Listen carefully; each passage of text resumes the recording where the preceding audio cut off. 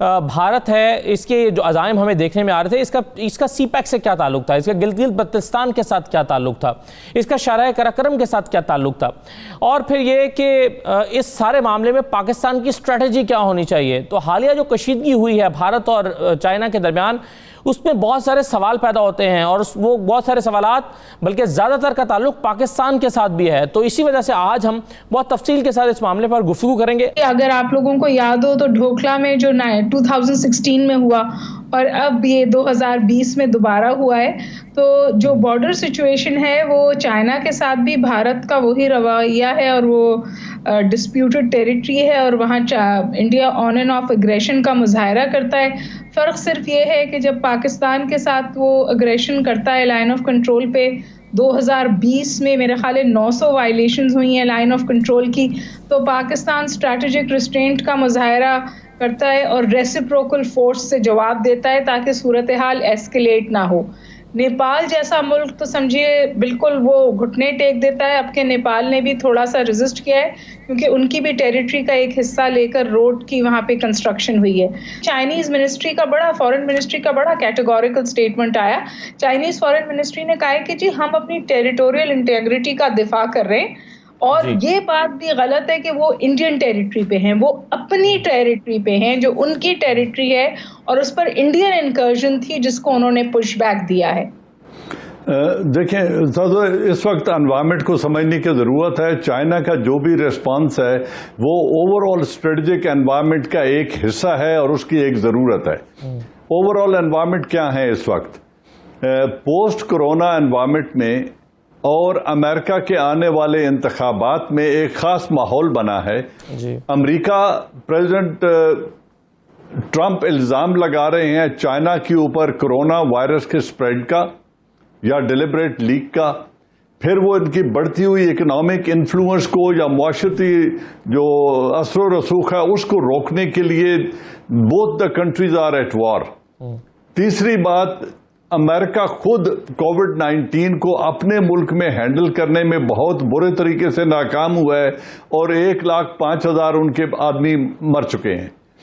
आने वाले इंतखाबात में डोनाल्ड ट्रंप को एक पंचिंग बैग की जरूरत है जो वो चाइना को बनाना चाहता है। अब इन एनवायरनमेंट में उन्होंने इस्तेमाल करने का फैसला किया है हिंदुस्तान को, क्योंकि डायरेक्ट कॉन्फ्रंटेशन वो अवॉइड करते हैं और हमेशा करेंगे। जिस तरह हमें यूएसएसआर के खिलाफ और रशिया के खिलाफ हमें इस्तेमाल किया गया, बड़ा बेर से लेकर दोनों अफगान वार्स में जब अमेरिका यहाँ अफगानिस्तान में आया तो हमें इस्तेमाल किया गया, वसाइल मुहैया किए गए लेकिन डायरेक्ट इन्वॉल्वमेंट अवॉइड की गई। अभी इस तरह उन्होंने इस दफा हिंदुस्तान को इस्तेमाल किया है। हिंदुस्तान को उन्होंने एक एडवांटेज दिया है, बहुत बड़ा स्ट्रेटेजिक एडवांटेज दिया है, और वो है कि आप कश्मीर को 370 और 35A रिवोक कर दें। आपके खिलाफ कोई इंटरनेशनल एक्शन नहीं होगा, ना सैंक्शन लगेंगी, ना आपके ऊपर कोई दबाव आएगा, न यूनाइटेड नेशन आपके खिलाफ कोई कार्रवाई करेगी। आप इसको हड़प कर जाएं कश्मीर को। और इतना बड़ा एडवांटेज देने के बाद वो उससे जो ले रहे हैं वो दो चीजें तीन हैं जी। पहली बात यह है कि वो जो चाइनीज सेंसिटिविटी है साउथ चाइना सी में, क्योंकि चाइना ने 1 अरब 40 करोड़ लोगों का पेट भरना है, उसकी मुआशी जरूरतें और एनर्जी की जरूरतें बहुत ज्यादा हैं।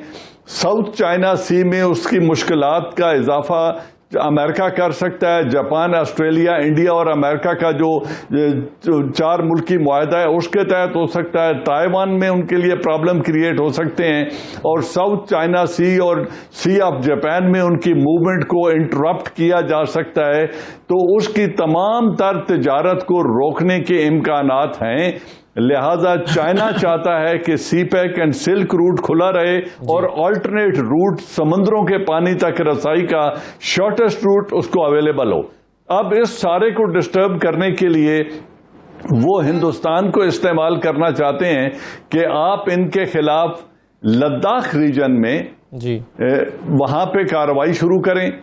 और 370 एंड 35A की रिवोक करने के बाद इस लद्दाख को उन्होंने यूनियन टेरिटरी में शामिल कर लिया है और लाइन ऑफ एक्चुअल कॉन्टैक्ट को उन्होंने वायलेट करके मैक्सिमम एग्रेशन की कोशिश की है। और अगर आप परसों का एक रेजोल्यूशन जो एक सेनेटर ने मूव किया है तहरीक के हम तिब्बत को इंडिपेंडेंट स्टेट के तौर पे रिकॉग्नाइज कर ले अमेरिका, ये वो ग्रेटर डिजाइन है चाइना के अंदर इंस्टेबिलिटी क्रिएट करने का और यहाँ वो हिंदुस्तान को इस्तेमाल करना चाहते हैं। जी बिल्कुल सही है जन साहब, आपने पूरा बैकग्राउंड दिया अमेरिका के इन्वॉल्वमेंट का और उसकी इंटरप्रिटेशन दी है। एक और इंटरप्रिटेशन जो है आज और ये मकबूल जान साहब ने अपने कॉलम में भी की है।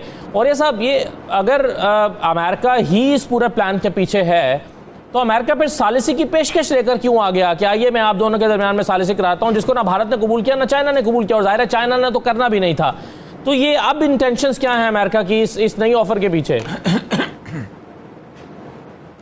देखिए 2005 में जब दूसरी दफा जॉर्ज डब्ल्यू बुश ने इलेक्शन जीता है तो वॉर एंड टेरर के ऊपर इन्वेस्टमेंट बहुत ज्यादा हो गई हुई थी। तो जॉर्ज डब्ल्यू बुश ने स्टेट ऑफ द यूनियन के उसमें तकरीब में एड्रेस करते हुए कहा था, we are not complacent enough that we should not consider the threats of Indian and Chinese economy, and the Indian economy is more a threat to us because the Indian education system is well in place। एक तो ये देख लीजिएगा।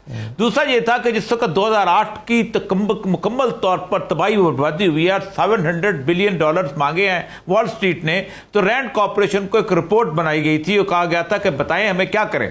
तो उन्होंने ये कहा था कि $1400 अरब भी आग दे दें तो ये उठने वाला नहीं, ये बुलबुला फट चुका है, इकोनॉमिक बुलबुला, ये बहुत बुरा होगा।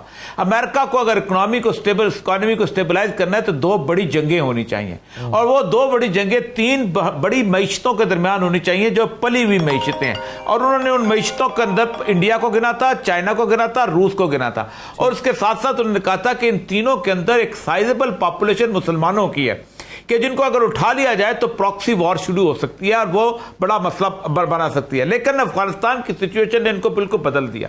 इसकी बुनियाद पे 2010 में हेनरी क्लिंटन ने एक आर्टिकल लिखा था फॉरेन पॉलिसी में, where we are going to invest our next 10 years, और उसने कहा था the people who believe that the strength of America lies inside America are fools, strength of America lies outside America। हम containment of China कहेंगे। सितंबर 2019 में pentagon की फार east Asian strategy आई है जिसमें पार्टनर डिसाइड हुए हैं, उसमें इंडिया एक बहुत बड़ा पार्टनर है और उन्होंने कहा है कि जब तक हम इस सारी सूरत हाल के अंदर चाइना को कंटेन नहीं करते हम कुछ नहीं कर सकते। 3,70,000 के करीब अफवाज जो हैं इस वक्त इंडिया अमेरिका की वहां खड़ी हैं।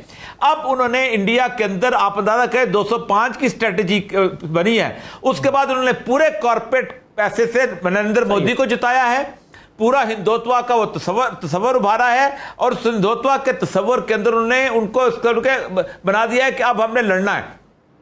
इस वक्त लद्दाख की टेरिटरी है ना, ये बड़ी अजीबोगरीब टेरिटरी। लद्दाख से पहले एक चीज मुझे जरा समझा दीजिए, दोनों में से एक ही चीज कर सकता है ना अमेरिका, या तो अमेरिका चाइना के खिलाफ इंडिया की पुष्टपनाही करके उसको अपने मकासद के लिए इस्तेमाल कर सकता है, या फिर ये कर सकता है कि दोनों को लड़ाकर यानी इंडिया को जंग में धकेलकर पैसे कमा सकता है अपने हथियारों के जरिए। दोनों चीजें बैक वक्त तो नहीं कर सकता अमेरिका। नहीं देखें, मसला सला ये होगा कि इस वक्त चूंकि चाइना एट वॉर तो है और चाइना की इकोनॉमिक कमर तो टूटने की सूरत हाल होगी। इसमें एक बड़ा अजीब गरीब है, अगर ये वॉर जोन बन जाता है ये लद्दाख का इलाका तो चाइना का सीपैक अगले कई सालों तक खत्म हो गया ना।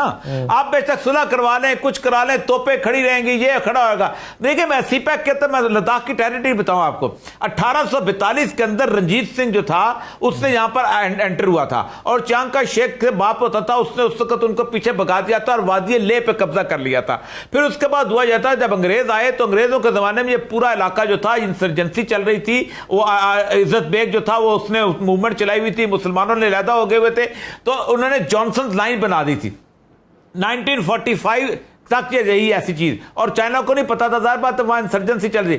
जैसे ही मौदतुंग जीता है उसने वो लिया है अपना चांग का शेख से इक़्तिदार लिया है, उन्होंने 11 साल लगा के रोड बनाई है जी। और उस रोड का इंडिया को पता नहीं चला। 1949 में नेहरू ने कहा ये तुम क्या कर रहे हो, ये तो हमारी टेरिटरी है। उस पर 1965 ने जाके चाइना ने हमला किया था और 37,000 स्क्वायर किलोमीटर अक्सई चीन का इलाका कब्जा कर लिया था इसका और उसके ऊपर अपने नक्शे में जाहिर कर दिया था।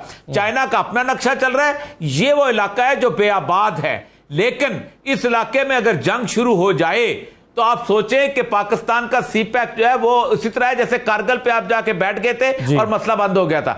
दूसरा डिस्प्यूट है सिक्किम का। सिक्किम का डिस्प्यूट ज्यादा अहम है। सिक्किम का डिस्प्यूट यह है कि ऊपर एक है चिकन नेस्ट, वो जिसे कहते हैं बांग्लादेश के ऊपर एक 16 मील की पट्टी है। वो पट्टी अगर चाइना की तोपें वहां खड़ी हो जाए तो 7 रियासतें इंडिया की ऐसी हैं, त्रिपुरा है, मिजोरम है, नागालैंड है, सिक्किम है, जहां आजादी की उम्र चली है, वो कट जाती हैं और वहां पर इस वक्त फटा शुरू हुआ है। नेपाल ने कहा है कि देखो हम गोरखे थे, हमारी वजह से तुम्हारी फौज चलती थी, अब पीछे हट जाओ, हम पीछे हट जाओ। वहां एक और सिचुएशन बन गई है। बुनियादी तौर पर इंडिया को उन्होंने उलझा दिया है और इंडिया का जो हिंदू है वो समझता है देवता उतरेगा और वो उसको अभी भी परसों तरसों में पढ़ रहा था, उनके सारे जितने बड़े थे ना पंडित वो कह रहे थे ये कलयुग आ गया है, कलयुग में ये युद्ध है, ये आखिरी लड़ाई है, हिंदुत्व का परचम काबुल कंधार में लहराएगा।